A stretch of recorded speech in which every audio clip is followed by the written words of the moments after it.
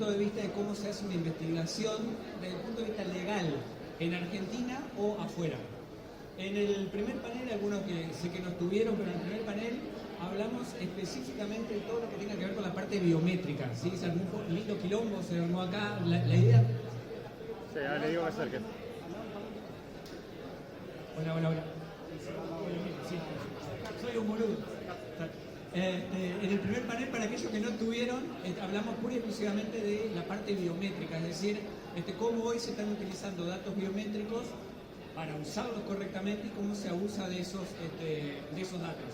En el segundo panel, que es el que acaba de terminar, fue toda la parte de investigación forense, de qué se realiza para investigar justamente algún tipo de delito.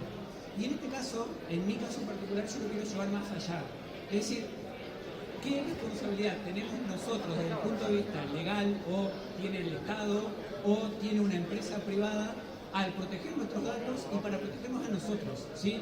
Por eso específicamente vamos a hablar de eso que está ahí.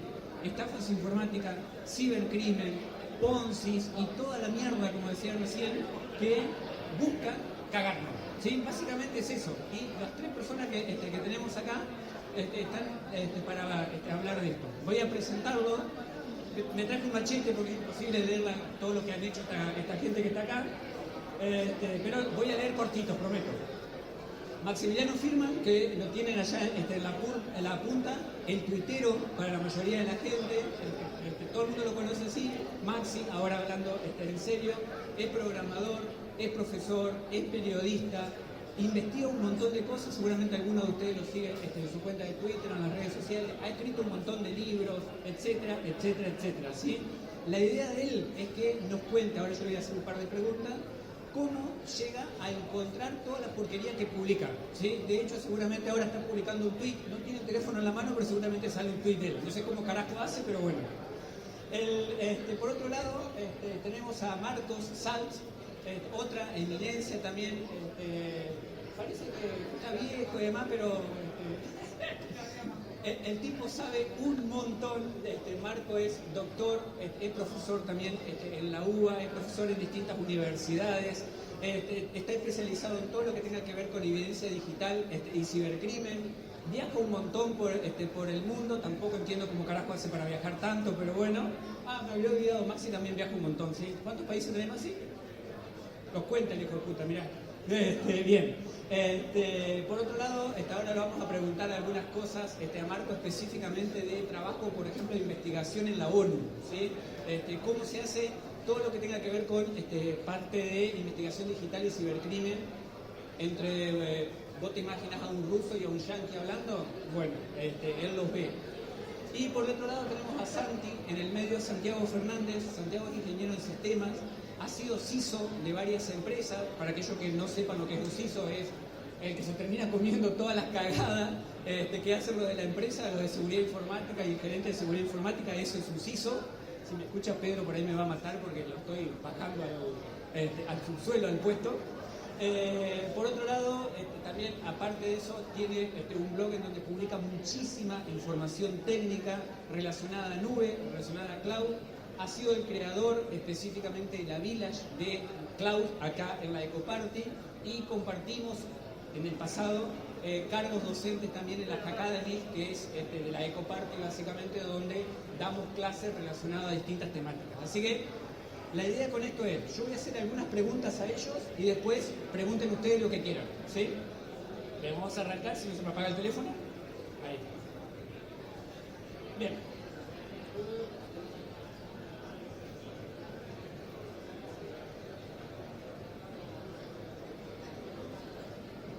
Yo sabía que tenía que comprar una tablet, ¿no? No, aparte, los anteojos y una tablet me tengo que comprar las dos cosas. Bien. Vamos a arrancar con Marcos.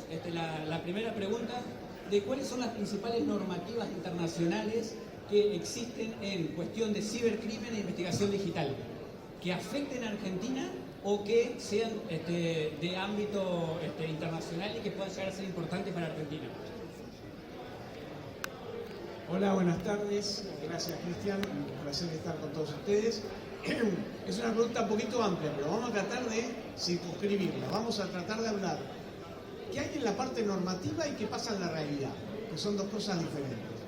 Desde el punto de vista normativo, obviamente todos los países están tratando de trabajar de manera coordinada en la investigación de todo este tipo de delitos. Es imposible si no hay investigaciones conjuntas.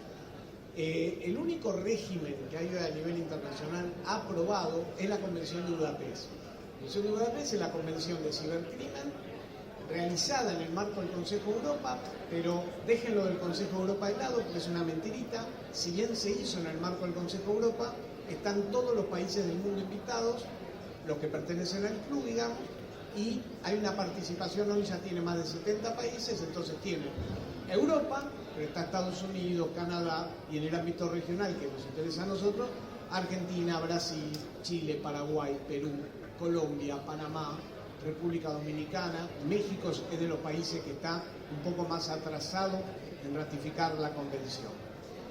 ¿Qué prevé la convención? La convención prevé una tipificación de delitos, que no es lo que nos interesa, medidas procesales que los países tienen que tener preparadas, o sea, tienen que tener en su legislación interna, y lo más importante, tiene estas medidas en espejo en la parte de cooperación internacional. Entonces permite que los países cooperen a través de esas medidas procesales. Por ejemplo, si quiero asegurar un dato, lo puedo hacer con la norma interna que tengo, pero también lo puedo pedir a otro país por vía de la cooperación en el marco de la convención. Después están los convenios bilaterales, convenio de cooperación de asistencia mutua penal, que todos ustedes habrán escuchado alguna vez nombrar, convenio con Brasil, convenio con Estados Unidos, algunos convenios regionales como el Mercosur. Esto en el marco normativo. Ahora vamos a la realidad, que es lo que más nos interesa a todos. ¿Qué está pasando? Los convenios son muy importantes, hay que utilizarlos, pero la verdad que han sido insuficientes. Entonces lo que empieza a pasar es que empieza a haber una cooperación más informal o semiformal. Informal es directamente, yo soy fiscal en un país, conozco un fiscal en un país en donde necesito una prueba, le mando un mensaje WhatsApp, así como se los estoy contando pasa, le mando un mensaje WhatsApp, necesito tal prueba, dame una mano, él me la coopera, después nos sentamos y vemos cómo la introducimos de alguna manera que sea utilizable en el marco del proceso. Semiformal lo hago a través de la cooperación de Interpol. No es lo que está previsto en la normativa, pero le aviso a la policía de mi país, para que la policía de mi país se comunique vía Interpol con la policía de donde yo requiero algún tipo de cooperación, y esto de alguna manera lo ingresamos. Y lo que creo que es más disruptivo, y que creo que tenemos que empezar a tomar mucha conciencia, todas las investigaciones últimas que han sido sumamente exitosas a nivel internacional han sido por equipos conjuntos de investigación. Ya directamente superamos las fronteras y trabajamos equipos conjuntos de investigación de diferentes países al mismo tiempo. Esto ha permitido mucha eficiencia en investigaciones muy grandes. Si quieren después podemos charlar de algunos casos como el Crochat, SkySC, o sea, investigaciones contra ransomware. Ahora, en términos de garantías, tenemos bastante todavía para debatir. ¿Por qué? Porque esto está manejado obviamente por los países tecnológicamente más fuertes, que pueden utilizar determinadas medidas de investigación que quizás serían inadmisibles en otros países. Por ejemplo, la utilización de programas troyanos. Mandarle programas troyanos a las personas que estamos investigando, hackearlas, obtener información y después distribuirla. Entonces, esto está en el eje del debate. Y como último punto, se está debatiendo una Convención de Naciones Unidas. La Convención de Naciones Unidas, hablábamos con Cristian antes de empezar, probablemente sea aprobada en diciembre, probablemente, tiene características bastante similares a... Hola, Eileen. Hola. Saluden a los amigos y a Trevor, que vino de Estados Unidos. Perdón, entonces, tienen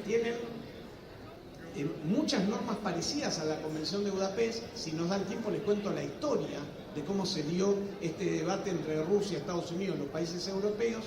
Tiene algunas medidas que son muy criticadas por organismos de derechos humanos y por muchas empresas también, que tienen un cierto temor de que haya países que accedan a la información con la excusa de una investigación penal y la utilicen en persecución política o en algún tipo de operación no deseada. Ahora, esto se está debatiendo hoy, yo creo que va a ser aprobado, dudo que los países después lo firmen demasiado rápido, puede haber un proceso bastante largo de aprobación. Acá ahorramos, tenemos un solo micrófono. Y una sala chiquita, no te digo. Si hay alguien organizador de la ECO, por ahí va mi queja formal al tamaño de la sala. Vamos con Santi. Recién Marcos mencionaba el tema de troyanos, ransom, phishing, distintos tipos de delitos que enfrentan organismos públicos y empresas. ¿Cómo lo ve un CISO desde adentro de la empresa que está siendo atacado? Y seguramente si yo fuera el director de la empresa o el dueño de la empresa, lo primero que te diría es, no quiero que se haga público. ¿Cómo compatibilizás eso que decía Marcos, haciendo tu investigación y por otro lado que te están apretando para que esto no salga a la luz y que no lo puedas denunciar? Te metí en un quilombo. Bueno, antes que nada, gracias por acercarse. Veo muchas caras conocidas y veo algunas caras que parecen ser abogados. ¿Cuál? Vamos a intentar hacerlo lo más ameno posible desde el punto de vista técnico. Nuestra posición, primero principal quiero aclarar que hay dos clases de compañías, la hackeada y la que uno lo sabe. Para los que no lo saben, me parece que eso es fundamental tenerlo en cuenta y como contexto. Nuestra posición hoy, si bien en un comienzo se presentó como un freno de mano, si lo tenemos que hacer una analogía con un auto, hoy estamos puestos en el negocio de una manera tal que la posición está velando porque el negocio, si llega a impactar, a chocar, siga funcionando. Entonces pasamos a hacer un airbag, un cinturón de seguridad. El BOAR siempre va a querer que no tengamos ninguna clase de incidente, es una verdad irrefutable, y está en nosotros hacerles entender que invertir en seguridad es más barato que no hacerlo. Esa es la verdad de lo que está pasando hoy en día, ¿no? Esa es nuestra misión, tratar de cuantificar los riesgos, porque el BOAR la única forma que entiende de poner o no poner dinero es básicamente vía números. Ahora, cuando yo me siento en la posición, me enfrento a diferentes escenarios de riesgos. Uno de ellos puede ser el ransomware. Va a depender mucho del tamaño de la compañía, va a depender mucho de la madurez de la compañía, qué medidas y qué controles yo implemento en vísperas de hacer un tratamiento de manera correcta del riesgo per se. Vos me preguntás a mí qué hacemos para que no nos saquen la información. Hay diferentes clases de controles para implementar, pero la verdad es que las técnicas van evolucionando, como los controles también. No hay una manera en la cual yo te pueda certificar al 100% de que la información, si es que es liqueada, no sea un problema para nosotros, ¿no? Sí tenemos contramedidas para que esa información no sea visible, esté ofuscada, que no esté completa, que tengamos alarmas reactivas, proactivas, para llegar de una manera automatizada a cortar el flujo de información que está saliendo de la compañía, etcétera, etcétera, ¿no? Ya me olvidé de la pregunta, Cris, pero la verdad es que no hay una forma de 100% de poder asegurarle al BOAR de que no vas a perder información. Sí les puedo asegurar que nosotros en nuestra posición hacemos todo, hasta lo imposible para cuidar el dato del cliente, se lo puedo asegurar. El principal interesado en querer irse a dormir temprano soy yo, y estamos en vísperas o estamos en vela del dato del cliente constantemente, ¿no? Peleando contra el BOAR, contra el inversionista, para tener una línea más de presupuesto, para tener más gente para poder implementar controles, pero no hay una forma de asegurar el 100% de que no vamos a sufrir un incidente o que no vamos a sufrir una pérdida. No sé si respondí la pregunta, pero capaz que es un disparador. Bien, vamos con Maxi. La pregunta está del otro lado. Tenemos por un lado al CISO que dice quiero proteger la información, y por otro lado no quiere que se haga público un ataque, por ejemplo, algo que siempre luchamos para decir lo quiero mantener de forma confidencial. Pero llega Maxi y le llega algún comunicado o algo, investiga de alguna forma, que no tengo idea cómo hace, y te dice tal empresa te sufrió una fuga de información o tal persona está publicando datos o está utilizando esos datos en contra de un organismo, o se publicó un leak de información en algún lado. La pregunta específicamente para Maxi es, primero, ¿de dónde sale esa información? Segundo, ¿qué formas de verificación siguen hoy ustedes o vos en tu caso, para confirmar que efectivamente esa fuga de información es real y se está afectando a alguna persona en particular? Bien, bueno, gracias, buenas tardes. Bueno, la fuente siempre es confidencial, ¿no? Pero sí puedo contar más o menos cómo es la cosa. Más allá de investigaciones personales que uno puede hacer, en muchos casos la información llega, ¿bien? ¿Por quién? Por fuentes. A veces las fuentes son con nombre y apellido y a veces son anónimas, lo cual involucra el tema de que decís vos de chequear, ¿no? De que sea verdad, de que no sea pescado podrido, como se dice. Entonces, en general, las maneras de chequear son varias. Te puedo contar, por ejemplo, un caso concreto que me pasó, en donde yo fui, de alguna manera, víctima, de alguna forma, de un ciberdelincuente. No me hackeó a mí, hackeó a un ministerio de Nación, y la persona me conocía por Twitter, ¿bien? Y decidió que estaba bueno mandarme a mí por email lo que iba detectando, ¿bien? Base de datos muy importantes, de información privada, privadísima les diría, personalísima de ciudadanos. Entonces, ante esa llegada, primero, bueno, no sé de dónde llega, bien, hay que validar un poco el email, hay que tener muchos cuidados de abrir cualquier cosa que te mandan, bien, que es máquina virtual, que esto, que el otro, ver si lo que hay adentro tiene algún contexto. Bueno, había una base de datos en texto plano, bien, que parecía real, y bueno, empecé a chequear la información de distintas maneras, de dos o tres maneras. Cuando ya veo que de dos o tres maneras encuentro que la información es fidedigna, bueno, acá hay un problema. Lo que el ciberdelincuente quería era que yo lo hiciera público, no lo hice público. Fuimos a realidad con otro colega, los dos recibimos la información y fuimos a la justicia, ¿bien? A la fiscalía, a decir, miren, recibimos esto. La justicia ni pelota, ¿bien? O sea, lo recibió y tipo a los 15 días yo le mando otro, ¿y? No, sí, estamos investigando. Pasó 2 años de esto, 2 años y medio. Nunca me pidieron las pruebas siquiera, ¿bien?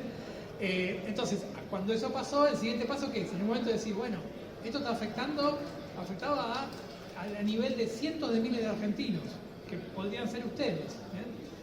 Entonces, ¿qué haces? Entonces, en algún momento empezás a hacerlo público, para ver si de alguna manera esto se mueve, tratando de no dar la información, no decir cómo, digamos, se llega a la información, no dar los datos, pero bueno, el proceso es ese, ¿bien? Es una vez que se chequea, porque también está lleno de cosas podridas que te mandan, gente que le tiene bronca al de al lado y entonces te inventa algo, o sea, eso también está lleno. Entonces, lo que hay que tratar de hacer es, bueno, buscar 2 o 3 fuentes, hablar con gente que está en ese tema, en ese área, en este caso como eran datos, validar los datos con los afectados, posibles afectados, a ver si los datos eran correctos, y bueno, a ver, con ese caso concreto no pasó nada, lamentablemente, ¿bien? Y de hecho en ese caso hubo también un tema que los medios se enteraron, los medios grandes, digo, no un periodista de Twitter, sino los medios grandes se enteraron y no quisieron publicarlo, porque les parecía suficientemente grave para no hacerlo público, lo cual igual era un problema, porque la afectación a los derechos de los ciudadanos estuvo igual, ¿bien? Pero tampoco quisieron informar ellos, porque sentían como que eran cómplices o que podía generar problemas, ¿bien? Y eso es lo que yo me enteré. Imagínense todo lo que no nos enteramos, ¿no? Y que pasa y que sigue por ahí. Así que bueno, la respuesta es esa. Muchas veces la información llega, muchas veces es de fuentes anónimas que tampoco conozco y no sé si viene de fuentes de inteligencia, de un delincuente, de alguien que es afectado. Y entonces con esa información tenés que tratar de ver la mitad o más de la mitad se descarta, bien, y nunca se hace nada con eso, porque falló en alguno de los pasos de comprobación, y en otras, bueno, se publica. Bien, después si quieren más adelante puedo contarles el caso reciente, si escucharon hablar de Rainbow X, el Ponzi de San Pedro, que yo fui el que lo destapé de alguna manera. Yo fui juntando información, yo hice la investigación, yo descubrí que había actores polacos atrás, si escucharon hablar de esa historia, bueno, yo estuve detrás de esa. Bueno, primero fueron también una semana de investigar, de meterme en los grupos, de usar la aplicación, de entenderla, descubrir que había estafa Ponzi atrás y los problemas que después conlleva hablar de eso, que si quieren lo dejo para otra pregunta. Gente, hasta acá, ¿alguna pregunta? ¿Alguien? Si no, yo sigo.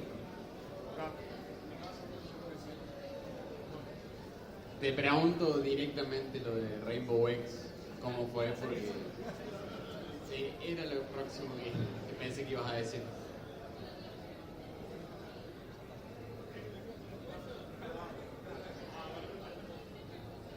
Lo dejo para el postre ese.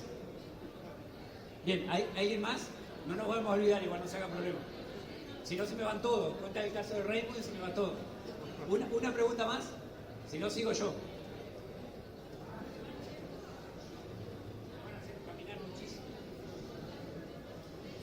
Hola, en el caso que comentaste del ministerio, dijiste que cuando recibiste la información la chequeaste y demás, y después el próximo paso fue la justicia. ¿No hay, o sea, en una posibilidad intermedia también la idea de comunicarlo a la organización, algún responsable de seguridad de la organización, para que, digamos, fortalezca su seguridad también? Y si la preocupación final es los datos de los ciudadanos, para que, digamos, de alguna manera se mitigue el problema.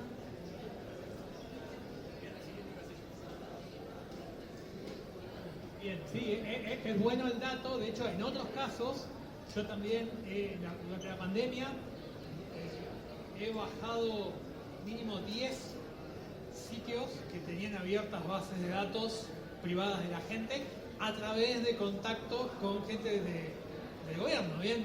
Buscando que el gobierno no solo nacional, también provincial, municipal. He llegado a hablar con un intendente, pero además es algo que no es mi tarea, yo no trabajo en inteligencia ni en nada de esto, pero empezás a buscar, bueno, a ver, este es peronista, a ver, hablo con tal que trabaja en tal municipalidad, che, ¿tenés un contacto de esa municipalidad? Porque tiene un acceso abierto. Bueno, a partir de ahí sí, uno trata de llegar primero a que se corte el acceso y que descubran esto.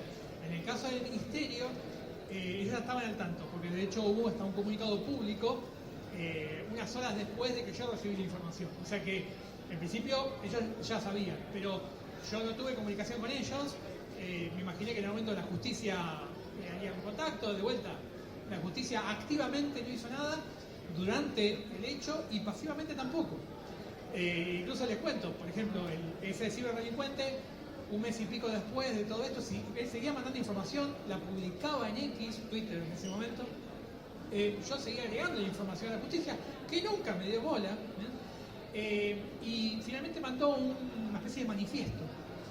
Me mandó un manifiesto que yo no tengo, la justicia nunca lo tiene, supongo que no lo tiene, no sé, a lo mejor lo tiene, en donde explicó cómo hizo, ¿bien? Que su objetivo no era robar, sino mostrar los problemas que tiene el Estado, bla, bla, bla, bla. ¿Bien? Pero bueno, en ese caso en particular, yo no busqué contacto con eso porque ya estaban al tanto, ya era público. Solo una cosa. Maximiliano está siendo demasiado exigente porque no es que la justicia no le va a dar respuesta. Pasa que lo va a llamar dentro de 10 años. Capaz te olvidaste, pero te va a llamar.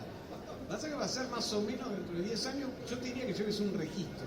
A ver qué pasa. Justamente la pregunta siguiente era para Santi y para Marco, porque si lo miramos de un lado, a mí también me ha tocado estar del lado de denunciar algo y que no me den bola, o que te manden la policía a tu casa, o que te empiecen a amenazar y demás. Entonces quiero ver los dos puntos del lado. Por un lado, ¿cómo lo ve una empresa cuando viene un tuitero, ¿sí?, que lo están puteando por Twitter y están diciendo que es mentira, que está acomodado y que recibe plata, pero le llega la denuncia a Santi? ¿Cómo lo toman ustedes desde la empresa? ¿Lo toman bien, lo toman mal, le dan bola, lo ignoran? Y desde el punto de vista de la justicia, ¿por qué se insiste tanto en que la justicia no hace nada y no se investiga lo que nosotros estamos viendo, que se están fugando bases de datos, que están usando nuestros datos personales, que los datos de Reina Pérez están publicados en cualquier lado, etcétera? ¿Cómo lo ve desde el punto de vista de la justicia? Voy a hablar desde el punto de vista privado, ¿no? Pero yo particularmente, y con todos los equipos que hemos trabajado, lo vemos bien. Va a depender mucho también del parlante de la persona que nos está avisando. Muchas veces, al ser un organismo privado y no público, está buscando un rédito esa persona. En mi caso particular, si bien no tenemos un programa de backbanking en la empresa donde estoy hoy, trato de acercarlo y de cerrar el issue que encontró, ¿no? Que creo que ese es el mayor archivo para la persona, que es el investigador, por cierto, y también permito el hecho de que lo publique, ¿no? De hecho, si se buscan en YouTube, creo que somos uno de los primeros que en su momento tuvimos un incidente de Naranja X muy grande, de los primeros en exponerlo y contar qué fue lo que nos pasó, lo cual es un orgullo para mí porque esta industria siempre fue muy cerrada en cuanto a lo que es la exposición de incidentes. Y lo que buscamos fue justamente el hecho de que las demás compañías o demás organismos públicos no cometan los mismos errores que supimos cometer nosotros. Y creo que eso nos dio también un manto desde el punto de vista del investigador en acercarnos el finding de una posición benévola, de una posición realmente de ética de hacker, donde lo que quería era resguardar la información de nuestros clientes privados, ¿no? Y se generaban esas clases de sinergia. Como tuvimos esos ejemplos, hemos tenido ejemplos donde se nos torturaba o pedía dinero por una vulnerabilidad. Eso nos ha pasado también. Y después tentamos vos la experiencia de discernir el vendehumo que hay mucho en el gremio, ¿no? Hay un muchacho Birmingham que suele poner post de leaks que no ha bajado samples o son imágenes o archivos de hace 15 años. Y es muy peligroso también eso porque nosotros que somos de seguridad defensiva, vamos a decirlo, hay 20, 30 familias por atrás trabajando que se nos pone en tela de juicio nuestro trabajo y es muy complicado, ¿no? Después cuando rascas un poquito te das cuenta que esas personas te quieren vender un servicio de threat intelligence y cosas por el estilo, ¿no? Entonces hay que saber discernir entre el humo, hay que saber discernir desde dónde el investigador te está comentando de un incidente y siempre tomado con buenas manos porque ayuda a mejorar la industria, ¿no? Creo que eso es lo más importante y defender la información privada de los clientes. A ver, desde el punto de vista de la justicia, el otro lo dije como chiste, pero la verdad es que no es cierto que la justicia nunca dé respuesta. Hay causas que han avanzado y han avanzado muy bien y que se investigan muy bien. Ahora, convengamos que la justicia en Argentina no anda bien, como no anda bien muchas de las instituciones del Estado, que se requieren un montón de reformas. Pero hay causas que bien investigadas, bien llevadas adelante, han logrado buenos resultados. Desde el punto de vista de la relación entre información, sector privado y llegada a la justicia, hay muchos inconvenientes. El caso hipotético que vos planteás, a mí me toca verlo a veces como abogado de empresas, y las empresas hay veces que no quieren denunciar por cuestiones de reputación, digamos, o porque les sale más caro llevar adelante la denuncia que lo que pueden obtener en términos de, ya sea de recuperación de bienes, como en lo que tiene que ver con términos reputacionales. Ahora, en el caso de particulares que han sido víctimas de estafas piramidales como lo que va a contar Maxi después, digamos que tengamos en cuenta algo desde el punto de vista legal, no es que se ha inventado nada nuevo, el esquema Ponzi es una estafa y no deja de ser una estafa, que ahora adquiere mayores ribetes de expansión y de internacionalización por las redes y mayores dificultades de investigación probablemente, pero no deja de ser una estafa común trasladada a un nuevo nombre que le hemos dado. Desde el punto de vista de los particulares que han denunciado, han obtenido bastante respuesta desde el punto de vista de las fiscalías. Especialmente, y lo que pasa es que ahí dependen del operador. En donde hay fiscalías especializadas funciona mejor que en donde no hay fiscalías especializadas. Donde se encuentran con funcionarios un poco más capacitados.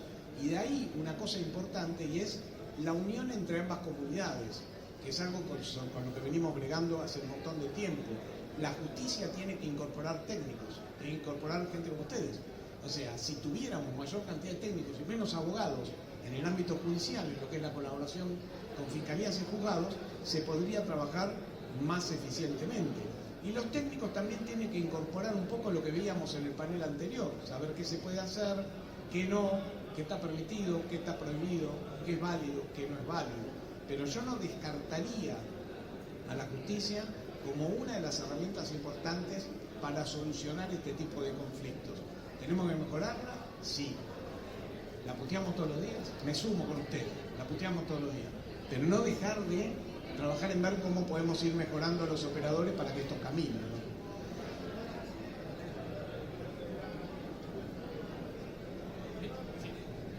Sumado a esto que dice Marcos, desde el Observatorio de Delitos Informáticos de Latinoamérica, ODILA, que tenemos con Cristian y Maxi, muchas veces esa frustración de la cual él habla, de que, o lo que Maxi hablaba, ¿no? Che, yo hice la denuncia y no me llamaron, lamentablemente termina derivando en que dejamos de denunciar y dejamos de confiar y creer. Y esto lleva a otro problema, que es la cifra negra, que es todo lo que ocurre, que ustedes saben que ocurre, y el Estado no se entera nunca. Entonces yo coincido con lo que dice Marcos, y lo hemos hablado en años anteriores en A un Bit de Ir en Cana, nunca perder la responsabilidad que tenemos. Digo esto hablando ya de la responsabilidad de hacker, que si les interesa hay charlas que hemos dado en otros años sobre este tema, de que si nosotros de alguna forma nos enteramos o tenemos conocimiento de que está ocurriendo un delito o algo que nos parece un delito, tenemos que hacer la denuncia. Después quedará de ese lado, llegará más temprano y llegará después, nos dará bronca porque Maxi dice, che, yo lo chequeé y en 6 horas pude saber de que esto no era fruta y bueno, tendrá que ver también con involucrarse cada uno, como dice Marcos. En la justicia no hay mucho técnico y podríamos hablar de una cuestión muy importante, que es la fuga de cerebros que hay en la justicia, porque el ámbito privado paga mucho mejor que el ámbito público. Y eso es algo con lo cual tenemos que lidiar, porque le estamos exigiendo a alguien que tenga conocimientos, pero no le damos los recursos, ¿no? Bien, yo me quiero quedar con otra idea que mencionaron tanto Santi como Maxi, que es el tema del pescado podrido. La gran cantidad de pescado podrido que hay en la industria. Profesionales o gente que se dice profesionales trabajando en el ámbito del periodismo, trabajando en el ámbito de la seguridad de la información, que te van a querer plantar una base de datos que en realidad no es una base de datos filtrada, sino que lo que hacen es tratar de divulgarlo para después venderte un servicio. Hay un montón de ese tipo de cosas y acá la pregunta se la oriento a los tres. Primero, justamente lo que decía Maxi al principio de cómo se identifica ese pescado podrido. Ejemplo, recién lo voy a mencionar porque Santi lo dijo, él trabajaba en el pasado en Naranja X, ¿sí? Y aparece en un foro, en la Deep Web o en un sitio público, se filtró la base de datos de Naranja X, ¿sí? Todos nosotros que somos clientes, él que trabajaba ahí y demás, empezamos a correr, a mí me pasa también, de decir, ¿será cierto este dato? Y a ustedes como clientes, a nosotros como clientes, decir, se filtraron todos mis datos, Naranja es una cagada, no lo voy a usar más. Ese efecto se genera en 5 minutos. ¿Y todo por qué? Porque cuando vos vas a verificar el dato detrás, es mentira. No hay una base de datos publicada de Naranja X, sino que son datos recolectados viejos que algún desgraciado lo publicó en un foro y otro que se dice responsable, que se dice investigador de seguridad, lo termina publicando en un tweet para ganar visita y para venderte un servicio. Entonces justamente voy a la pregunta es, primero, ¿cómo se hace para verificar y diferenciar el pescado podrido? ¿Cómo hacen las empresas para tratar eso cuando aparece alguien y te dice se fugó la base de tu empresa? ¿Cómo se hace para lidiar con eso? Y por otro lado, desde el punto de vista legal, ¿cómo se podría hacer para combatir este tipo de cosas? En el caso particular de una base liqueada o un bulk de tarjeta de crédito, lo que nosotros hacemos es comprar samples, ¿no? Si hay un leak de una base con nuestros números PAM, por decir algo, compramos 7, 8 tarjetas de esa para empezar a discernir si esas tarjetas están o no activas, si están válidas, si no están válidas, y ahí empezamos a descartar la hipótesis de que tuvimos un incidente, ¿no? Obviamente que ante un posteo de esa índole se levantan las alarmas dentro del equipo y empieza el llamado del CEO, del inversor, del cliente, y ahí es cuando empieza la presión. Por eso también es importante el hecho de entender que lo de las empresas privadas, porque en Twitter te matan, en todos lados te matan, ¿no? Mi LinkedIn está abierto, cualquiera me puede escribir y me puedo concertar una entrevista con cualquier persona para contarle qué es lo que hacemos en víspera de resguardar sus datos. Pero la idea justamente es esa, ¿no? Empezar a bajar en muestras, trabajar dentro de nuestra base de datos para saber si esas muestras están vivas o no están vivas. Y hay pasos previos donde nosotros trabajamos con marketing, trabajamos con legales y armamos comunicados para tener tiempo cero en salir a contarle al cliente qué es lo que está pasando, ¿no? El incidente grande que hemos tenido si no hubiésemos tenido una gestión de marketing, de atención al cliente, de legales, mancomunada y hecho con ejercicios tabletop, seguramente hubiese sido el impacto mucho mayor. Y lo que comentaba al principio, estamos para que el impacto sea lo mínimo posible y salir a operar rápido y que el cliente esté tranquilo que su dato está cuidado. Bueno, mirá, respecto a eso, al pescado podrido, voy a hablar de Rainbow X, ¿bien? Pero, sin explicar Rainbow X, voy a leer el final, porque esto ya lo hice público en Twitter, así que es información que ya di. Apareció alguien, ¿bien?, que dice, yo hackeé a Rainbow X, esta es la base de datos, cuánta plata puso la gente, cuánta plata sacó con DNI. No solo apareció, sino que hizo una página web para que cualquiera vaya ahora, ponga un documento, que para mí es ilegal, delito, por protección privada de la gente, y después una periodista local de San Pedro, que es como la ciudad principal donde estaba Rainbow X, aunque estaba en todo el país, lo tomó como fuente, ¿bien? Y cuenta cuánta plata puso tal, aquella, ¿bien? Entonces, claro, yo empiezo a investigar. A esa información me había llegado a mí también. Una persona anónima, empiezo a investigar, hablo con la periodista, ¿lo conoces a esta persona? Que es un nombre falso. No, me lo pasó tal. Una empresa de seguridad ya mencionada en la mesa. Hablo con la empresa de seguridad ya mencionada en la mesa. ¿Sos vos? No. ¿Lo conocés? No, me vino de no sé dónde, pero nadie sabe quién es. No. ¿Y cómo sabés que no es la China?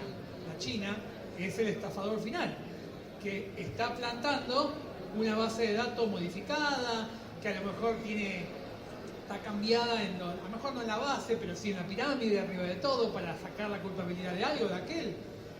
Y claro, y todos se miran y nadie se había puesto a pensar.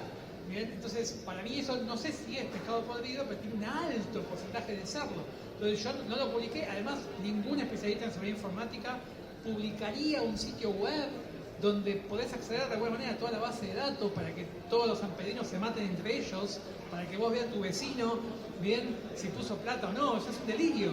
Y bueno, empresas de seguridad informática publicaron eso, y siempre hay una especie de tercera persona, de sujeto tácito, de que nadie sabe quién es, ¿no? Se publicó, como que apareció algo, una página web, y ponen el link, y vos decís, ¿qué hay atrás de esto, no? Entonces, ahí empezás a sospechar de que hay otro interés, no sé cuál, pero hay otro interés de siempre aparecer, todo, marcas de agua, que arma un grupo de Telegram para los afectados, ¿viste? Un montón de cosas que decís, acá, bueno, esa base de datos aparentemente fue la fiscalía, y pretenden que eso sea evidencia digital. Yo no soy experto en eso, pero yo no veo que eso pueda ser evidencia digital de nada, no, porque no hay prueba que eso puede estar manipulado tranquilamente. Podrán ser indicios para ver una pista, ponele, me imagino, ¿no? Pero bueno, ese es un ejemplo, ¿no? Entonces, el chequeo que hay que hacer es desconfiar de entrada de cualquier cosa que te manden, más cuando es anónimo, más cuando acá plantea, no, viste, yo tengo un grupo de Telegram y quiero que publicites el grupo de Telegram de esta persona que yo después dije directamente es un ciberdelincuente, la persona que publicó esa base de datos,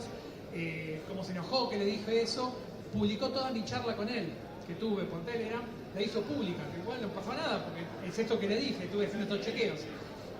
Pero bueno, nada, eso muestra que no hay profesionalismo atrás, ni tampoco de quienes lo promueven, ¿no?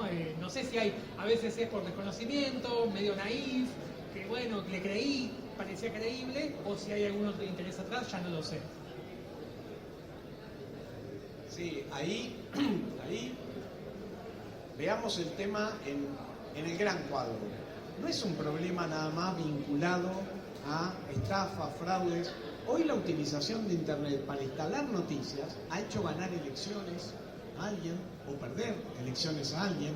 O sea, todo lo que es la información, pescado podrido circulando en la red, hoy está presente en todos los ámbitos de nuestra vida. Y no es algo nuevo. Acuérdense, los que tengan buena memoria, vos que sos grande, a mí me lo contó mi hermano mayor, pero vos que sos viejo te vais a acordar.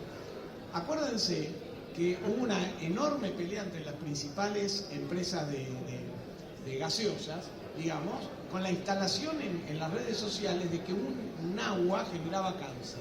Digamos, las ventas bajaron en todo el mundo, solamente por esa operación, digamos, por una operación muy bien armada. Entonces, claro, si yo quiero perjudicar a Naranja y quiero armar una operación porque soy de la competencia, que los datos no están seguros en naranja, bueno, es una acción que es absolutamente cuestionable y difícil de manejar como crisis para la gente de seguridad informática de naranja, digamos. ¿Hay remedios legales? Sí.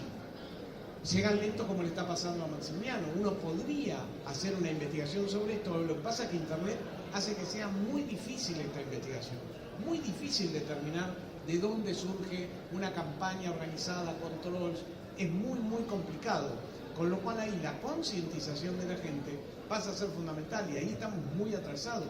La gente cree lo que ve en las redes y lo cree, y yo estoy seguro que hay vecinos que deben haber ido a buscar a su vecino y diciéndole, vos te llevaste 200 palos y yo perdí mi casa.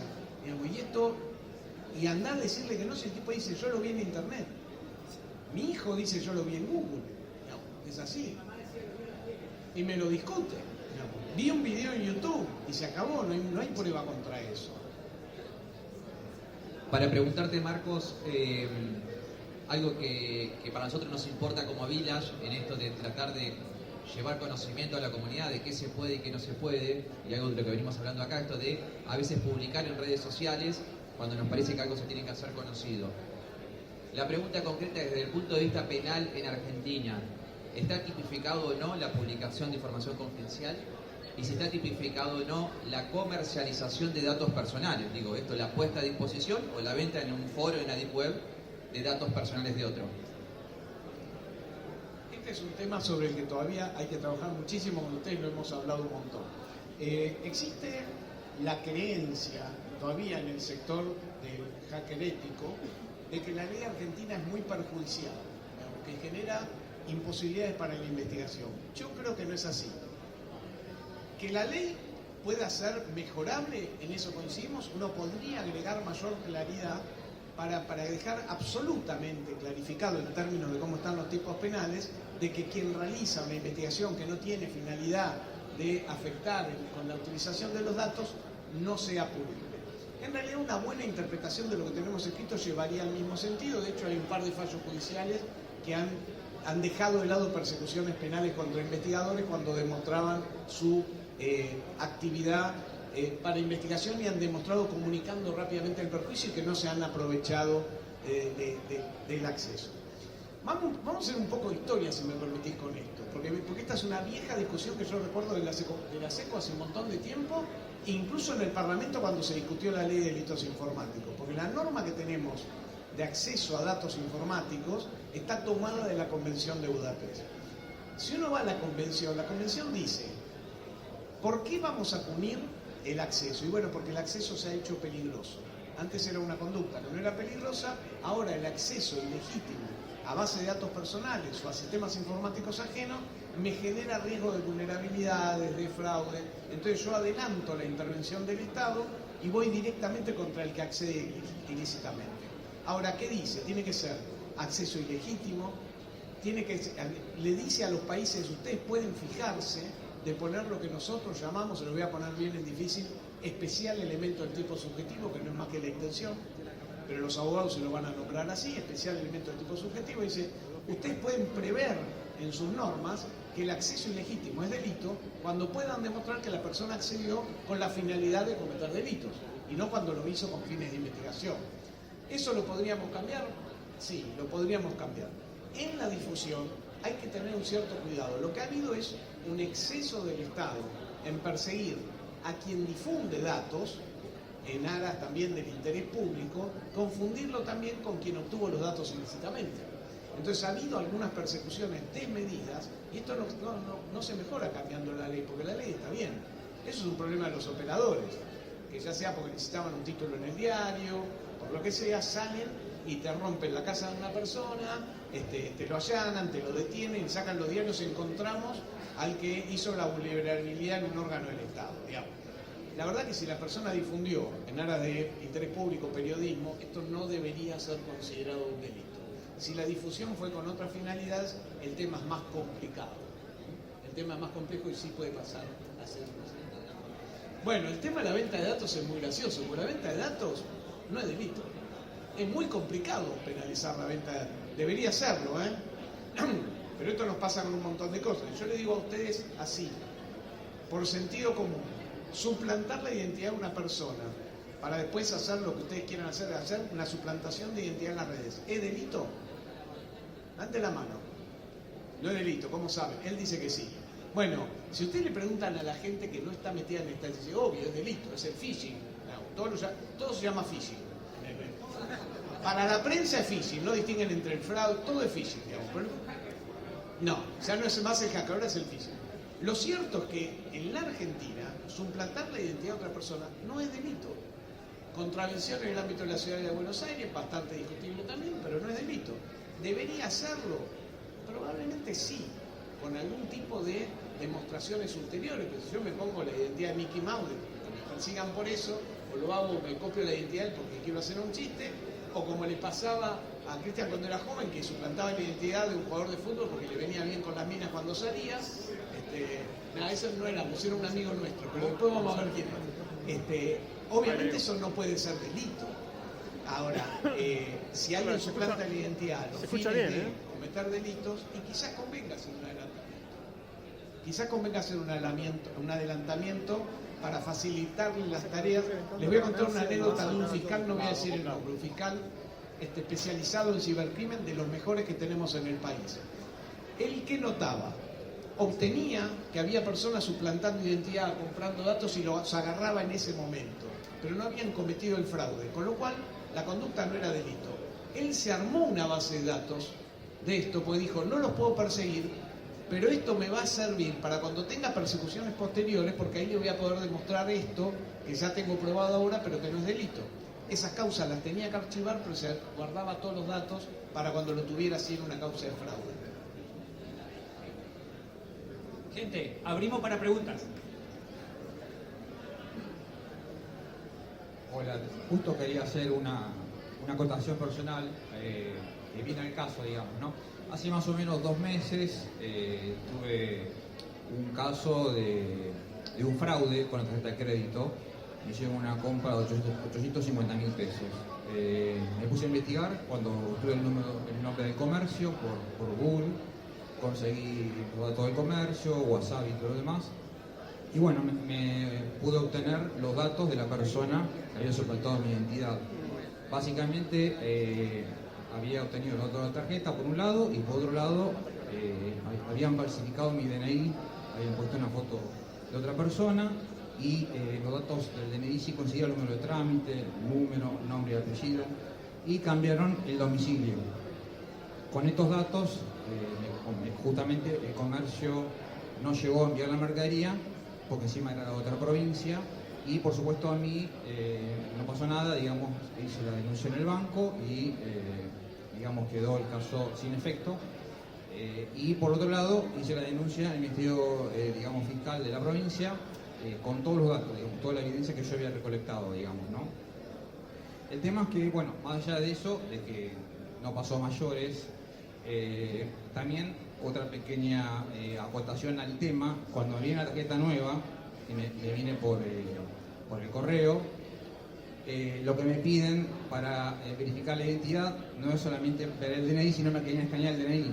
Así que bueno, ahí no lo acepté, porque si no íbamos a seguir en un ciclo vicioso, digamos, ¿no? Así que bueno, es para tener en cuenta este tipo de cosas, que ahí en ese caso sí, para mí es la suplantación de identidad, porque hay un fraude de por medio, digamos, ¿no? Pero bueno, quiero decir que bueno, a veces pasan estas cosas y bueno, hay que tener cuidado con esto. Buenas. Después otra pregunta que quería hacer, como antes se había hablado de la parte de robar datos de la base de datos.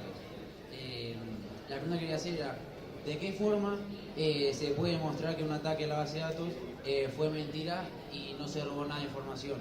Y después lo otro, si se sabe después qué personas fueron, si fue una persona o una agrupación que intentó hacer ese ataque, respecto a la ley, ¿qué se haría a ese grupo de personas?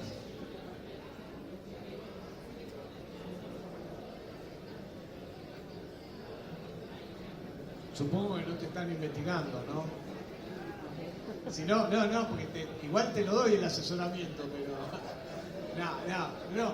En una charla me pasó una vez. Tengo un amigo que le pasó esto, ¿usted qué haría? Me tiraron ahí a la mitad y yo dije, este está metido. Bueno, no, pero no es tu caso, no es tu caso. A ver, probar siempre se puede probar, depende lo que explicaban en la charla anterior. Ahí dependemos del trabajo que hagan Gustavo, o sea, realmente es un trabajo muy importante. Hay muchas empresas, eso se lo va a contar mejor él, que tienen registros que ni siquiera los usuarios de la base conocen. Él seguramente te va a poder decir en su empresa desde qué dirección IP se entró, si hicieron una bajada masiva de datos, alguien que no tenía posibilidad de hacer bajadas masivas de datos, o sea que eso él lo va a poder detectar y probablemente el usuario del sistema ni siquiera sabía los controles de la empresa, a lo que ahora él se los va a explicar un poco mejor. Desde el punto de vista legal, hoy el acceso ilegítimo al sistema informático ajeno es delito. A la prueba es al revés. La prueba es vos me podés decir, no, pero yo lo hice porque tenía la autorización del CISO porque estábamos haciendo una tarea para hacer test testing en una empresa y ver de alguna manera, bueno, estás autorizado a hacerlo. El mero acceso. Ahora, en el tema de base de datos, que es diferente, el tipo penal exige más cosas, posibilidad de causar perjuicio, exige otro tipo de, tiene otro tipo de exigencia el tipo penal. Capaz que el mero acceso te deja ahí, digamos, si no usaste los datos, capaz que puedas zafar, o capaz podamos decir que es una tentativa. ¿Vos qué opinás, Martina? Lo estuvo estudiando la semana pasada. Tentativa, dice Martina, que tuvo que estudiarlo en un caso la semana pasada, porque no lo utilizó, digamos, te bajaría la pena. Hoy la verdad que son delitos poco perseguidos en la Argentina, porque en general se inicia la investigación interna, se hace y muy probablemente, como muchos son filtraciones internas, se llega a algún tipo de acuerdo dentro de las empresas para de alguna manera terminar la situación ahí, que la persona renuncie, evitar los juicios laborales, lo que sea. Por lo menos los casos que yo conozco de violaciones internas dentro de compañía. En las situaciones de las violaciones masivas de datos que hemos tenido en órganos estatales y en otras empresas que vienen de hackers internacionales, yo no vi gran efectividad todavía de la justicia para encontrarlo. No sé si vos viste en los casos, es prácticamente una investigación que hay que hacerla igual, pero muy difícil de llegar al autor, muy difícil. Vamos con lo que terminaste. Nosotros teníamos ataques distribuidos de diferentes lugares y para accesar al log del ISP que te entrega esa dirección IP necesitas una orden judicial. Ahora, si el ataque me está viniendo de Seychelles, ¿cómo vas a hacer vos para pedirle al ISP de Seychelles, que no está bajo el paraguas del Tratado de Budapest, bla, bla, bla, bla, bla, que entregue los logs y yo poder tracear para encontrar a esa persona que está redireccionando el ataque? Ese es un punto. Con respecto al punto de base de datos, sí, obviamente nosotros estamos logueando y marcando qué es lo que está pasando, dependiendo también de si son las joyas de la corona o no, ¿no? Los recursos para poder implementar controles son finitos. Entonces yo debo saber cuáles son mis joyas de corona, dónde está la información que a mí realmente me interesa proteger. Sobre esa información, seguramente mi nivel de logueo sea aún mayor. Después hay otros controles que son, no sé, la base puede estar tokenizada y hay que ir a consumir un token para poder accesar al dato, pasarelas o firewall de base de datos, son controles que se le van agregando y vos vas mitigando el riesgo, ¿no? Pero en un ambiente normal debería yo de loguear el acceso, no solamente la base de datos, sino poder tracear desde dónde estás pegando, si ingresaste por un firewall mío, si ya tenés tomado una máquina de un usuario mío interno. Vos pensás que el 60% de los ataques son de clientes internos. No significa que eres un empleado malicioso, sino que vos ya tomaste la máquina y estás accesando con el usuario que pertenece a mi compañía, ¿no? Entonces sí tengo forma. Y después, cuando viene la parte acción, tipicidad, jurisprudencia, culpa o dolo. Cuando viene la parte de los abogados a solicitar mi información, yo tengo forma de entregarle el dato con una cadena de custodia que a mí me ampara que el dato no fue modificado por nosotros, la empresa per se, que demuestra que vos estuviste haciendo, ¿no?, ese vericueto.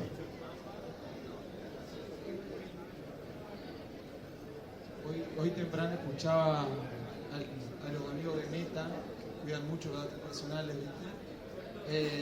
no del scrapping y de, bueno, que el scrapping no es ilegal. Entonces después, ¿cómo la obtención no ilegal del dato se usaba para fines ilegales, digamos, para suplantación de identidad, para generación de perfiles, bueno, y todo ese gris que hay la obtención no ilegal, vamos a decirlo, no sé cómo decirle al scrapping del dato, pero para el acto ilegal posterior, digamos. Entonces creo que eso genera un vacío más grande, digamos, todavía, que no sé cómo hacer, digamos. Bueno. Una pequeña aclaración, la diferencia que siempre me gusta aprender de Marcia. Y después que le doy a ella a contestar. A ver, lo del scrapping, a ver, tenemos media biblioteca, digamos que el scrapping, el tipo, lo que es la norma te dice el que accediera ilegítimamente a una base de datos personales. Es cierto que cuando vos haces scrapping no estás accediendo ilegítimamente, depende, porque es cierto que vulneraste determinadas normas, como por ejemplo todo lo que te impusieron para comprobar que vos no sos un robot y que sos un humano, y todo ese tipo de operaciones. Entonces, de alguna manera todavía eso genera algún tipo de discusión. Es cierto que el otro día, cuando charlábamos de esto en otro foro, uno me decía, bueno, está bien, pero la conducta de por sí no es delito, porque eso está bien, vos estás violando el robot, pero si yo te pongo a 500.000 chinitos a hacerlo uno por uno, ahí no estaría haciendo scrapping ilegal. Es decir, bueno, evidentemente hay un agujerito ahí que deberíamos revisar, que también tiene que ver con algo mucho más grande, que en todo lo que tiene que ver con prueba digital, que es algo que justo estuvimos debatiendo con él hace poco también, que tiene que ver todo con lo que se conoce teoría del mosaico, que después, si quieren, el que esté aburrido, le cuento de qué caso viene, digamos, pero tiene que ver con la diferencia que hay entre un dato y millones de datos. Buscar datos en fuentes abiertas, obviamente no es delito. Buscar en fuentes abiertas millones de datos de una persona y toda su actividad durante 2 años, ¿debería hacerlo o no? Y es la discusión que se viene en el futuro, porque hoy la inteligencia artificial, los nuevos mecanismos de Big Data que hay, te permiten estar trabajando en fuentes abiertas, pero construir perfiles que afectan la intimidad. Entonces eso viene para el futuro. Yo lo del scrapping, todavía te digo, si tenés razón, no es delito, sería difícil perseguible, pero hay una puntita por el lado de las medidas de seguridad que están previstas en las bases. Mi visión es que es delito. No tengo, o sea, ahora se puse más técnico, me pongo más tranquilo con los técnicos. Pero la primera fase de un pentesting es el reconocimiento o gathering. Si vos me estás haciendo scrapping, ya estás entrando en una etapa de pentest. Si no tenés mi habilitación como compañía, yo podría golpear la puerta de tu casa y llamar a legales, ¿no? Porque lo considero un delito. Ahora, si vos venís y me decís, yo tengo un problema de quanti y te estoy dando una porción, una superficie de ataque para que crapees, crapeá, te estoy permitiendo eso. Pero si vos lo haces sin mi consentimiento, lo consideraría un delito. Después está, ¿qué costo me lleva a mí como empresa ir a buscarte a vos? Que tenemos que ir al ISP, que el ISP me tiene que dar los logs para reconocer que sos vos, etcétera, etcétera, etcétera. Legales me va a decir, Santi, no rompa los huevos, déjalo. Sumo con algo. Por ahí cuando se utiliza el concepto de si es ilegal o no, yo estoy de acuerdo con el doctor de que si empezamos a revisar el Código Penal no vamos a encontrar un tipo penal específico que regule esta conducta, lo cual no quita que sea ilegal. Porque, por ejemplo, procesar datos personales sin tener el consentimiento del titular de datos y sin estar en una de las exclusiones del artículo 5 de la 25326 implicaría que estás haciendo un procesamiento ilegal de los datos personales de una persona. ¿Sí? Y, por ejemplo, eso, digamos, desde el punto de vista de protección de datos, podríamos pensar que es ilegal el procesamiento de datos de alguien que, por ejemplo, hizo sin consentimiento, se descarga todos los datos, los almacena y los procesa. Y también podríamos utilizar, por ejemplo, si yo me descargo fotos tuyas, desde el punto de vista de la propiedad intelectual también es ilegal, porque la licencia que vos le diste a Facebook o a Meta para publicar esa foto en Instagram no me permite a mí descargarme la foto y almacenarla y procesarla. Yo no tengo autorizado, desde el punto de vista legal de la propiedad intelectual con ese régimen, yo no lo podría hacer, a menos, podríamos utilizar algo americano que es el uso justo, o habría que ver, pero desde el punto de vista de la investigación, podrían ir ahí. Para diferenciar, porque a veces que no sea un delito, no significa de que, desde, como decía él, yo como empresa, está sacando datos, ¿qué? ¿No puedo hacer nada con eso? Bueno, esto también es ser creativo.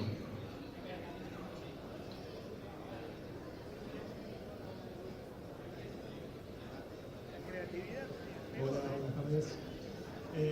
Lo vuelvo al tema de los Ponzi, como una pregunta.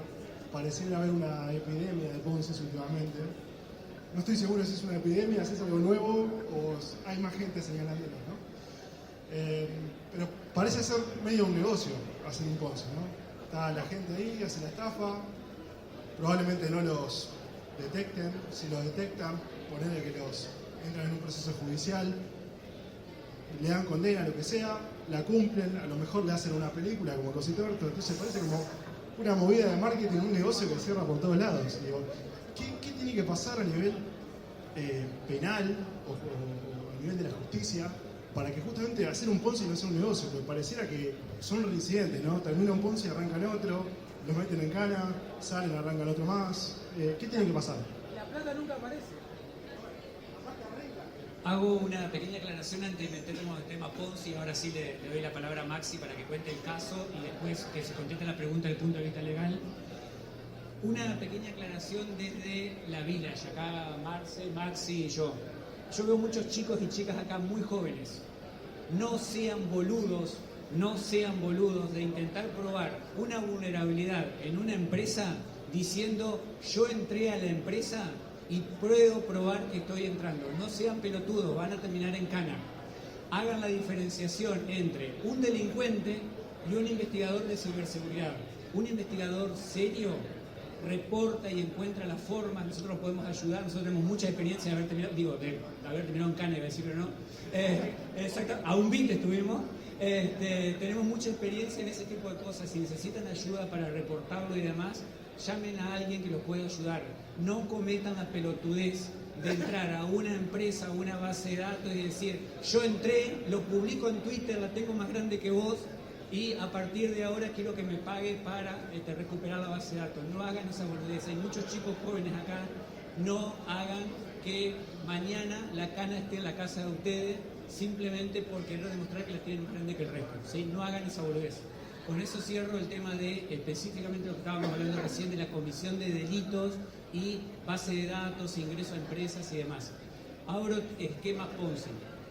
Maxi, todo tuyo para contar brevemente lo que pasó, primero con el último, digamos, más allá de que hay un montón, como decías vos recién, y desde el punto de vista investigativo, qué se puede llegar a hacer para tratar de parar esto que evidentemente se transformó en una epidemia en el último tiempo.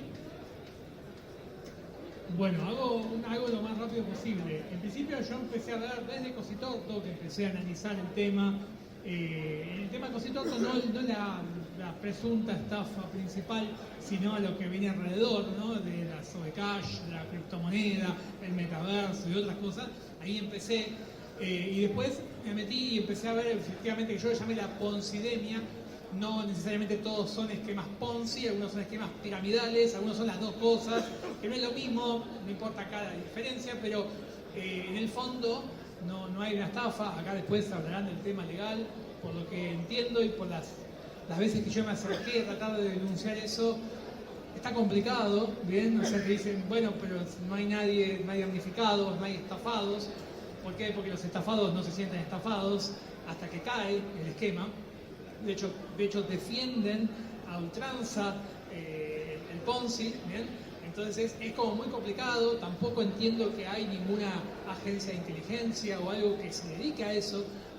La CNB lo único que tiene, pero es solo cuando hay captación de fondos, no todo aplica a eso, ¿bien? Pero bueno, hoy yo encontré y metí en este nombre llamado Poncidemia, aunque no todo es estrictamente Ponzi, a todos estos chicos de 16 años, 18, 19, 20, 22, que venden en Instagram que son millonarios y que están en Dubái, que es todo mentira. Bueno, yo escribí una nota, hice una investigación sobre eso, salí en Telenoche, mostrando que mentira, digamos, y que es toda una estafa piramidal que viene de España, de Estados Unidos, está escrita por mentes criminales, ¿bien? De cómo se hace eso. Entonces, bueno, de ahí surgió que mucha gente me empieza a contar, ¿bien? De los Ponzi que encuentra en su pueblo, de esto, del otro. Está lleno de todo tipo, por todos lados, con todos nombres, y hay algunos que parecen franquicias directamente, que tienen algún tipo de origen asiático, ¿bien? Hay mucho código escrito en chino, por eso incluso se habla de la China, ¿bien? En donde es siempre el mismo, le cambian el loguito, como que compran el Ponzi as a Service, compran algo, alguien paga, compra, se baja un código fuente y lo instala y ya tienen el Ponzi armado. Y le cambian el nombre y bueno, el tema de Rainbow X, que creo que de todos, incluso a nivel mundial habría que ver, probablemente es uno de los que llegó más lejos. ¿Bien? Los datos es, en Argentina más o menos 100.000 personas estaban, todo San Pedro, por eso San Pedro era un foco, pero estaba en todo el país, estaba acá en Cava también, estaba en la zona norte, en Tigre, en Pacheco, en Bahía Blanca, en el norte, en Salta, y claro, lo que tenía era absolutamente todo trucho, bien, todo trucho, ¿no? Y a diferencia del Cositorto, lo que tenía yo tuve un debate, llamémosle, con Cositorto hace una semana, está publicado en YouTube si lo quieren ver, y él se quejaba porque yo lo comparaba con la China, y le dije, no, la China lo hizo mejor para el delito que vos, ¿bien? Porque no sabemos, no hay nombre y apellido atrás de la China, es un avatar en Telegram que todos los días le mandaba a la gente una señal de qué tenía que comprar y vender en una aplicación que se descarga por fuera de las tiendas, y que era una simulación. Es una aplicación, o sea, base de datos que simula que hay criptomonedas que no existen, no hay blockchain, o sea, no hay nada, y la gente contenta, como un placebo, todos los días entraba y hacía lo que la China le decía, y le aparecía en la aplicación que había ganado 2% diario en dólares. Todos los días ganaba 2% en dólares diarios. Entonces, con lo cual, en 45 días duplicabas, y si ponías $1.000, en un año superabas el $1.000.000, ¿bien? De ganancia. Y como todo esquema Ponzi, al principio funciona. ¿Dónde? Y la gente, después te paso el link de referido, porque obviamente va con link de referido. Y por supuesto, si traes amigos, te llevas. Acá, claro, ¿cuántos somos? Y claro, la gente dice, pero mi vecino lo hizo y se compró una camioneta, y lo mismo de siempre, ¿no? De siempre el mismo, como bien decía vos, esto no es nuevo. Lo que es nuevo por ahí es que no haya un nombre y apellido, una persona, una cara, no hay un líder carismático como era Cositorto tampoco. Es un avatar que es encima una chica de Taiwán que le robaron la imagen, que saltó ahora porque la gente la encontró y empezó a mandar devolver la plata, por favor, que mi mamá no sé, está enferma. Y la chica en chino puso un mensaje diciendo yo no tengo nada que ver. Me sacaron las fotos. Y la gente le creía, de hecho hacía estampitas con la China, canciones, porque San Pedro levantó el pueblo, levantó la economía, las cervecerías artesanales estaban llenas, era toda una fantasía con plata que no existía, claramente. Obviamente, bueno, yo empecé a investigar el caso, y un evento donde aparecieron por primera vez con nombre y apellido los directivos, y cuando empecé a investigar a los directivos, ¿viste? Eran nombres de estafadores de Estados Unidos, condenados, lo cual ya, ¿viste? Empecé a sospechar, digo, si son ellos no van a venir con ese nombre. Tangiles no van a ser. Y entonces, con el nombre, ¿viste? No llegaba a nada, y, ¿viste? Seguí buscando por reconocimiento facial, ¿viste? A ver si podía encontrar, y doy con que eran actores polacos. ¿Bien? No lo podía creer, o sea, bueno, y logré hablar con ellos, o sea, los seguí, los busqué para que me atiendan, porque ellos se asustaron cuando los contacté, pero bueno, logré hablar con ellos, logré la confianza de uno, ellos no entendían nada, por supuesto la justicia, veremos si los investiga o no, para ver si es verdad su versión, parece creíble su versión. Los contrató otra china, que en realidad era malaya, y les pagó para venir a hacer un evento corporativo, como para pararse acá y hacer de anfitriones. Y tuvieron que hacer de anfitriones con otro nombre, y ellos dijeron que la excusa que le dieron es que en Asia las personas, los ejecutivos no tienen buena presencia y suelen contratar personas blancas caucásicas que hablen bien para representarlos. Y a ellos les pareció raro, pero no ultra raro, porque dicen que tienen amigos que hicieron eso. Bien. Entonces nada, y el discurso que ellos tuvieron que aprenderse no decía nada más que un verso fanata de la historia de la empresa, que tiene 10 años, bueno, lo hicieron, les pagaron y se volvieron. Digamos, si quieren ver, hice una entrevista también, está en YouTube la entrevista a los polacos, donde ellos cuentan su versión. ¿Bien? Bueno, eso derivó en que el Ponzi, la gente empezó a sacar la plata, y obviamente empezaron que problemas técnicos, que esto, que lo otro, y un día la China dijo, están suspendidos porque estamos ahora acordando con el gobierno de Milei, entonces, y bueno, en base a ese acuerdo la gente tiene que depositar $88 para una reactivación, y los que depositen $88 en 10 días van a poder retirar la plata. Bueno, juntaron porque las wallets se conocieron, todo por los USDT, por cripto, podíamos entrar a ver cómo iban recaudando, recaudaron más de $500.000 de esos $88, y la parte más macabra de todo esto es que 88 en en la cultura china tiene 3 significados. Para el budismo tiene que ver con el karma. El 8 es la riqueza, por lo cual el 88 es mucha riqueza. Pero la peor no era ni el karma ni la riqueza, sino que el 8 en chino se dice va. 88 es va. Por lo cual los chinos lo usan para decir bye bye. En el chat, la gente en China se manda 88 para decir bye bye, chao. Con lo cual, eso era un mensaje casi riéndose de los estafados, de chao, nos vamos, ¿bien? El karma les volverá, no sé, el karma por la riqueza les volverá, nos vamos, y evidentemente llegó el día de pago y no pagaron, y desaparecieron, y hace ya 20 días creo ya que no hay comunicación de la China, y bueno, ahora empezaron en la fiscalía, hacen fila para la fiscalía, hay una fiscalía de San Pedro, no de San Pedro, cerca, que tiene 6 personas, con Zoom, atendiendo a la gente, y bueno, qué sé yo. Así que esa es la historia así general de Rainbow X. Doy ahora paso a otra pregunta y quiero abrir el capítulo de cripto, porque este caso también dio una discusión bastante interesante. En muchos casos se hablaba de estafa cripto. Obviamente para todos los que trabajamos o tenemos criptos y demás, era un poco un golpe al orgullo, es decir, cómo la gente que trabaja en criptoactivos está estafando a otro, era como ensuciar al mundo de los criptoactivos. Entonces salió muchísima gente a decir que esto en realidad no era una estafa cripto, era una estafa como cualquier otra. Entonces eso quiero mencionarlo ahora también, no lo quiero dejar ir, pero preguntas. Y ahora le voy a dar a Marcos también para que conteste el punto de vista de la investigación. Si querés te doy rápido mi opinión sobre ese tema. A mí también me plantearon eso de la criptoestafa o estafa cripto, y yo creo que ahí mucha gente de cripto se ofendió, pero en realidad creo que el sustantivo es estafa, ¿bien? No cripto. Entonces, el tema de cuál es el objetivo, cuál es el sustantivo y cuál es el adjetivo. Y es lo mismo cuando se dice una estafa inmobiliaria, que no había inmuebles. Entonces, es lo mismo, digamos, porque la gente creía que estaba interactuando con criptomonedas, más allá de que había el pago y el retorno se hacía por criptomonedas, así que hay una punta, ¿bien? Pero creo que el tema es que los estafados pensaban que estaban en cripto. Y tal vez hay un poco de responsabilidad cripto del que la gente no pueda saber, del que la gente no podía diferenciar. O sea, culpa no de cripto, digamos, ni de las blockchains, sino del ecosistema, que la gente no tuvo la posibilidad de darse cuenta, ¿bien? Que eran billetes truchos los que estaban manejando. ¿Preguntas? ¿Alguna? Marco, ¿querés contestar desde el punto de vista primero? ¿Cómo se hace una de las explotó algo?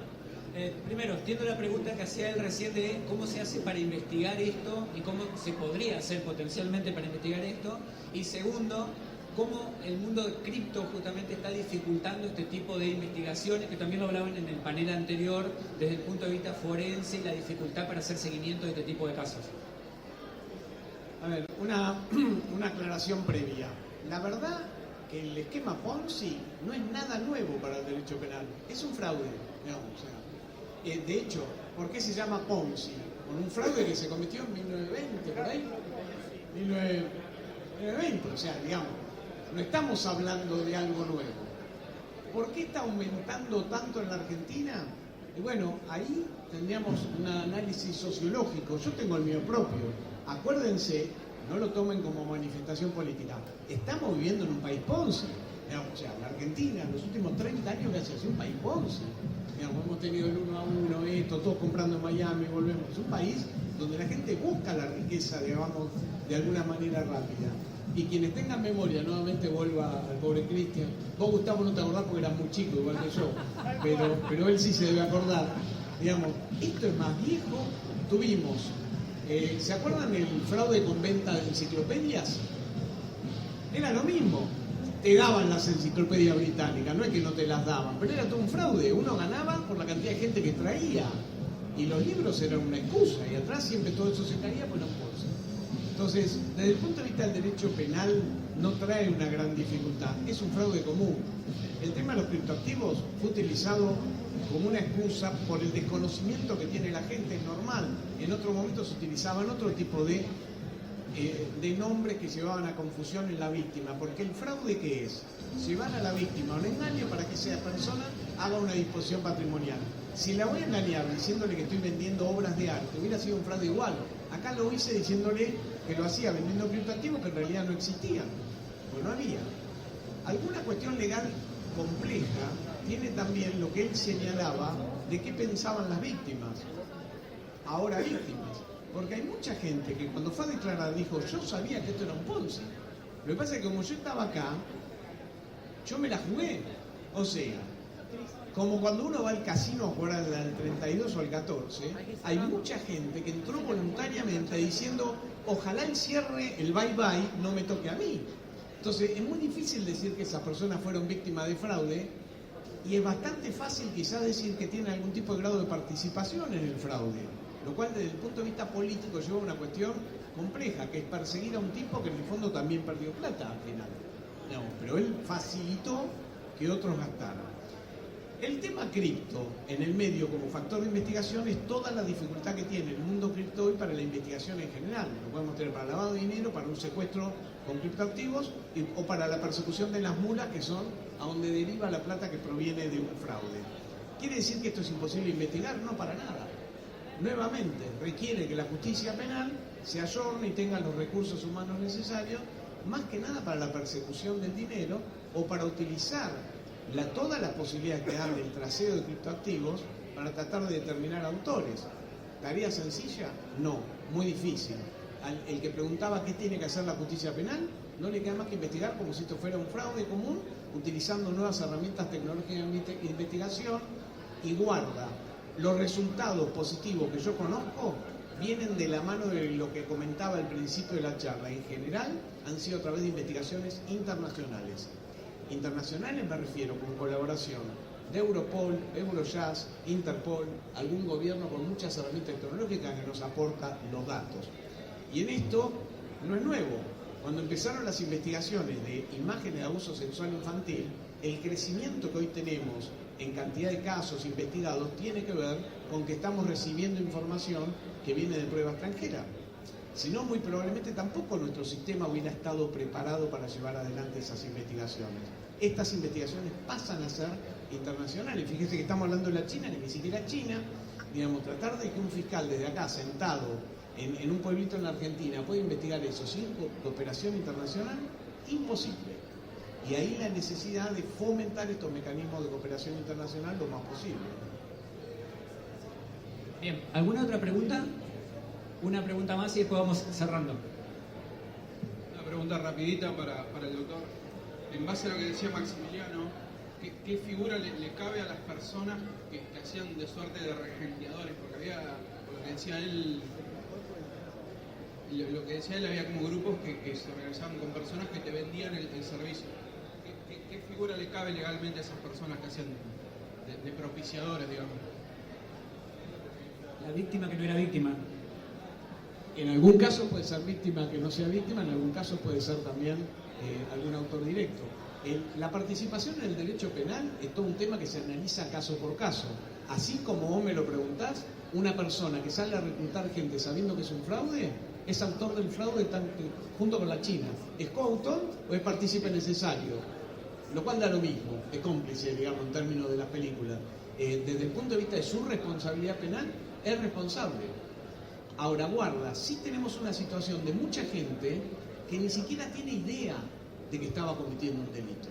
Por esto que les digo, porque hay muchos de los que se metieron en estos esquemas que saben que es un Ponzi, no quieren defraudar a nadie y están jugando como si fueran en el casino. Me la juego a ver. Digamos, es así. Entonces va a ser muy complicado discernir porque ¿cuál es el agravante que tenemos? Que los autores creo que no los vamos a tener. O sea, quienes idearon la maniobra no los vamos a encontrar nunca, ya nos pusieron el bye-bye y no van a volver a aparecer. Entonces va a caer la responsabilidad sobre eslabones locales que desde un punto de vista político, bueno, han cometido un delito, habrá que perseguirlo, pero desde un punto de vista político suena poco, ¿no? Porque el que armó la maniobra se la llevó toda y nos quedamos con el tipo que se compró una camioneta y una casa.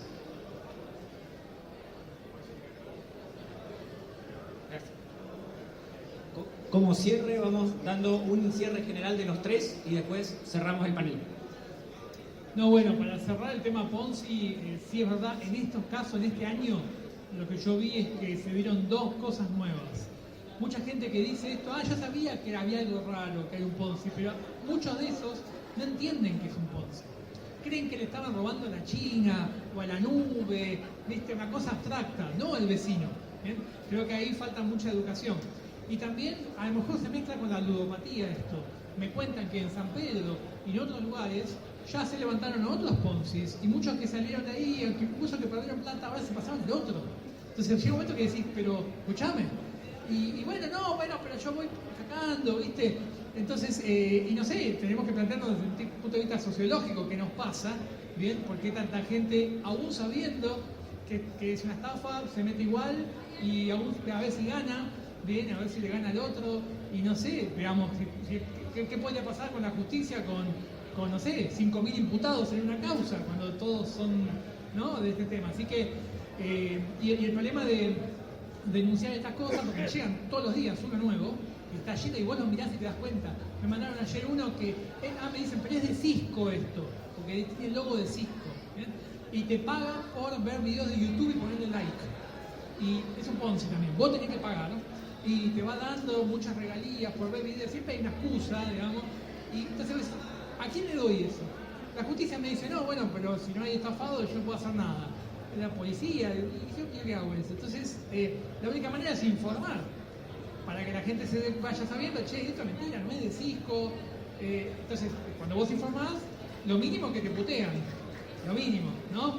El Cositorto que putea a los tuiteros, que todo se cayó por culpa de los tuiteros, ¿bien? Que es lo que dice Cositorto y lo seguirá diciendo hasta la muerte. Entonces, hay como un problema ahí que a ver, hay que ver si le encontramos una solución. Así que cierro con eso. Bueno, yo no tengo mucho para aportar porque no es mi palo, pero sí creo que tenemos una responsabilidad todos nosotros que estamos metidos en este mundo de evangelizar, de contar en nuestro grupo de amigos lo que aprendimos, que existe el Ponzi, que existe alguien que en algún momento vendió la Torre Eiffel 2 veces, contar cómo operar con la tarjeta de crédito, para resguardar a las personas que tal vez no tienen las capacidades, no tienen los conocimientos como para poder darse cuenta por sí mismas. Me parece que nuestra responsabilidad es justamente evangelizar y hacer awareness sobre todas estas personas para concientizarlas. Coincido, y mi cierre no va a ser sobre el tema, va a ser un cierre raro. Se va a enojar un amigo porque él es muy modesto, pero yo le voy a pedir un aplauso para uno de los organizadores, porque él es muy modesto, pero hace muy poquito tiempo obtuvo una tesis doctoral, se doctoró, y yo quiero un aplauso para él. Y con esto cerrar, es uno de los anfitriones y quería agradecerle. Le pido un fuerte aplauso para despedir este panel el doctor Marcos Salt, Santiago Fernández y Maximiliano Firman.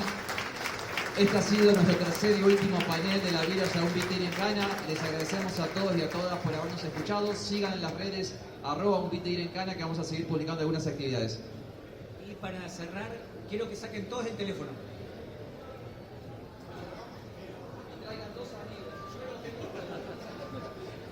Saquen el teléfono, a ver. Bueno, le vamos a pasar una aplicación ahora que se tiene que instalar. Más de uno lo sacó, te digo. Gente, muchísimas gracias por sumarse de vuelta a un Bitter en Cana. Espero que hayan disfrutado. Nosotros lo hacemos con la pasión, sale lo que sale. Hoy nos mandaron acá, lamentablemente. Muchísimas gracias a todos y nos vemos en la próxima ICO. Les pido un aplauso también para Ramiro Calle, Cristian Borrielo, Maximiliano Macedo. Muchas gracias por acompañar y los dejamos con las próximas actividades que hay en la sala.